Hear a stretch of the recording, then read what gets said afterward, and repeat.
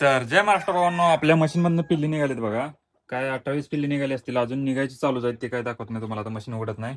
आपण काय सिस्टीम केलं माहित आहे का? या मशीनमध्ये जे पिल्ले निघालेत ते या कोंबडीखाली ठेवलेत बघा. कोंबडीने पण घेतले, घेत नव्हते तिथे 2-4 अंडे फुटलेले टाकले. मग तिने घेतलीत कोंबडीने पण पिल्ले. याच्या खाली पिल्ले लावून दिलेत आपण मशीनमधले निघालेले. अजून काय निघायचं चालूच आहेत. जसे निघतील तसे आपण ते पिल्ले आहेत ते कोंबडीखाली घालणार आहे. आणि कोंबडीचे अंडे डबल मशीनमध्ये ठेवलेले आहेत. म्हणजे कसं, आता जसे मशीनमधनं पिल्ले निघतील तसे या कोंबडीखाली घालणार. म्हणजे जेवढे आहेत तेवढे अंडे त्याच्यातले.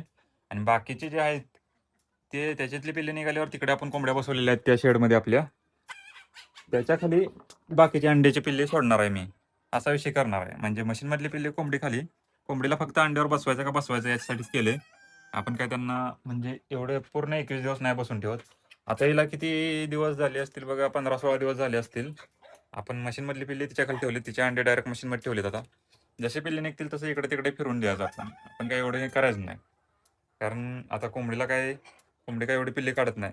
आता जे मागे काही 20च्या आसपास पिल्ले असतील, बाकी या मशीनमधनं निघायला पण लागेल.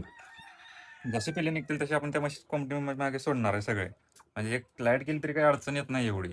त्यासाठी आपण हे सिस्टीम केलेली आहे. आता बघू शकता तुम्ही, हे अंड्याचे टर्पल आहेत वरती यांचे, अंड्याचं कवच आहे तिथे. आणि हे आपली मशीन. आपण मोठा फॅन बंद केला पिल्ले निघायला लागले म्हणून, बारका फॅन एक आतमध्ये लावलाय. तर अशा प्रकारे आहे बघा हे विषय. आणि तुम्हाला एक नवीन एक विषय दाखवायचा आहे मला. आता आपण याच्यामध्ये विषय करणार आहे फ्रीजमध्ये. तर बघू काय काय होतं ते, तर सांगतो तुम्हाला पुढे.